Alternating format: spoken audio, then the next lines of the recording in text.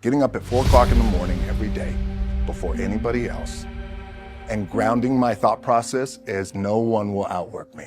I work out twice before everyone wakes up. Instead of telling you what I think you should be doing or how you can be better, or I thought, well, let me just speak from the heart, speak from my gut, and really not have anything prepared, but just tell you what's worked for me. And maybe some of the stuff that's worked for me might work for you as you guys have your goals and ambitions. The first thing I would just want to say is this idea and this notion that you can be anything you want, you can accomplish anything you want, right? We hear that. You've heard that from the time you were little boys. You hear that now. You guys know that. The thing that has worked for me is to remember the hard times. So, and I'm sure you guys all have your processes, and again, I'm gonna tell you what's worked for me. You have to be, and you gotta fucking play angry, and I play angry. Now, I'm cool and calm with my approach, and when I step out on my field, which is a set, or, you know, like, there's some, and you're always gonna have haters, and haters are like, well, God damn, man, how many movies are you gonna make, or how much shit are you gonna do? Like, you do a lot of shit. I say, yes, it's my ambition. Of course, why not? I could do it. Yeah, I love what I do. And not only that, but in what world do we not work every day? You gotta work every fucking day. Doesn't end.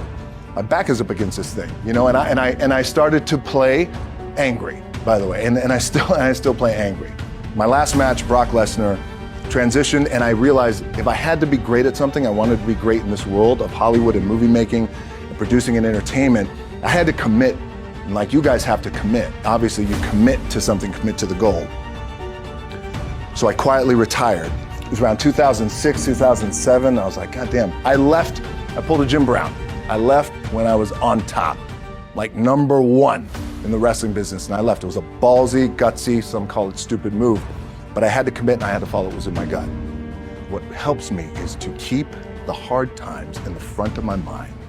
This allows me to go into these big moments that I've worked my ass off, and you guys have worked your ass off. It allows me to go into these big moments with a different perspective.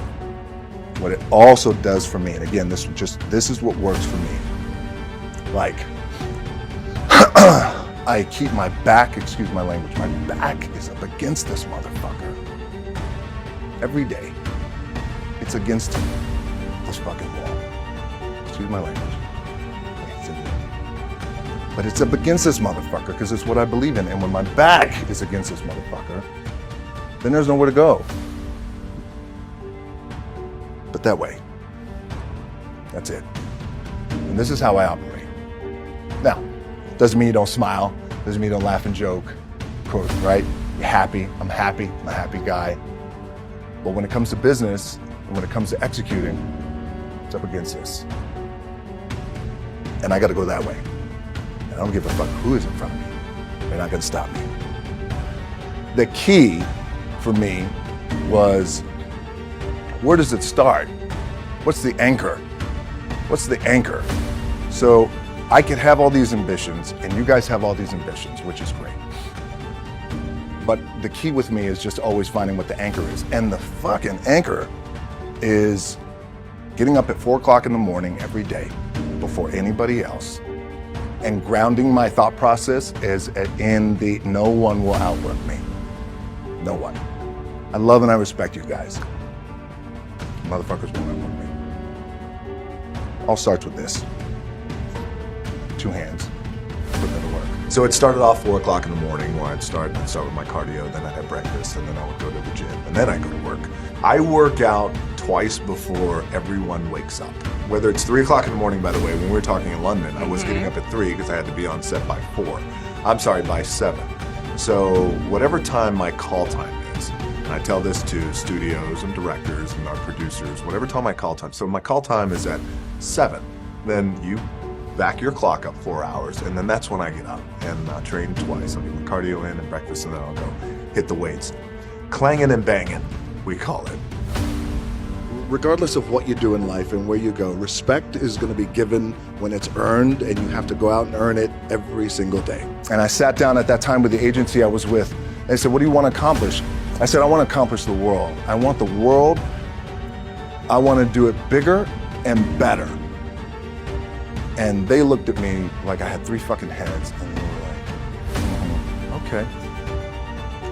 But I still stayed focused, and I still had these, still put in the hard work with my 2 hands, and that's it. And that's what it comes down to with you guys too. You know, look, but the one thing I do want to leave you with is, as you guys know, there's nothing you can't accomplish. You're gonna go on, you're gonna become world champions. You can win an NBA championship, MVP of the league, you could become president, you could become governor, you could be in entertainment, you could do Charles, and you could do Shaq, you could do that, you could do whatever you want to do. You guys know that.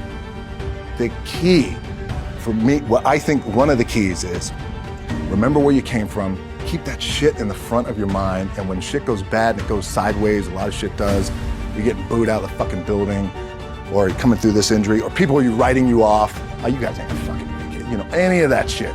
You gotta keep it in here. And it really has to, it should drive you. It should. It works for me. It should drive you. You get all the talent in the world. It's all here. It's all here. Everybody's the next best thing. Everybody's the thing. Everybody's the best. You gotta be the hardest workers in the room.